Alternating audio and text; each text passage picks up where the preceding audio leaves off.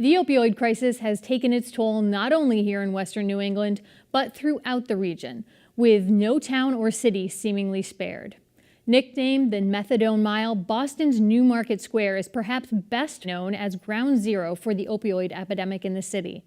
But as Connecting Point's Adam Reilly shows us, a burgeoning brewing industry is changing the neighborhood's character.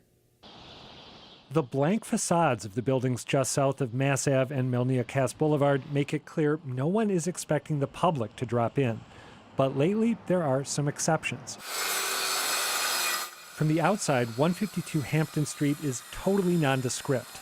But inside, this bright, airy space is being transformed into the future home of the Backlash Beer Company. We actually started out with a Belgian beer focus. Maggie Foley and Helder Pimentel are Backlash's co-founders. Over time, they shifted their focus to the hoppy IPAs dominating the market. But now that they'll have their own tap room and brew on site instead of paying to use other companies' gear, they plan to get more adventurous. Best case for me is a lot of dark beers. I love dark beers. Wild beers or sour beers and barrel aging, those are options that will open up to us now that we have control of our own production. About a third of a mile away, they're already experimenting in earnest at Bully Boy Distillers, where the air is permeated with bright, earthy scents. We use a whole host of botanicals that aren't used in traditional gins, like hibiscus, pink peppercorn. In addition to gin, Dave and Will Willis make 7 other spirits at Bully Boy, which features a tasting room with a jazz-agey aesthetic.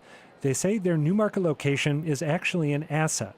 Visitors to Bully Boy definitely feel as though they've made a discovery because the streetscape is barren.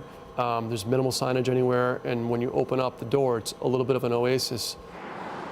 Since Newmarket is off the beaten path, real estate is still relatively cheap, but the neighborhood is also centrally located. You have a mix of a neighborhood that hasn't really exploded as far as, how much it costs to be here, but has so much potential, so much proximity, and this is, it was... Well, proximity is a huge part. It's, $7 Uber from the South End or Southie. Yeah.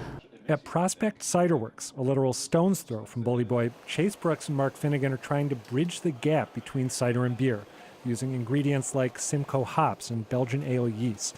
They're also keenly aware that as they make a forbidding neighborhood more welcoming, they're paving the way for other new arrivals who could push prices up and longtime residents out. Everybody sort of, I think, acknowledges the fact that they anticipate this neighborhood as being on the brink, and also nobody's quite sure as to how to talk about it.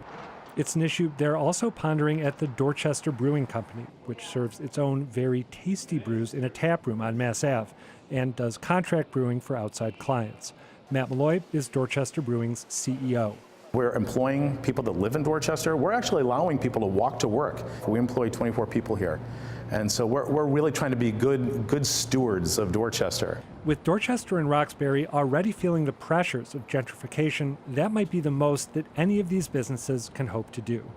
If they succeed, Boston's burgeoning fermentation district will feel like it's of Newmarket Square, and not just in it.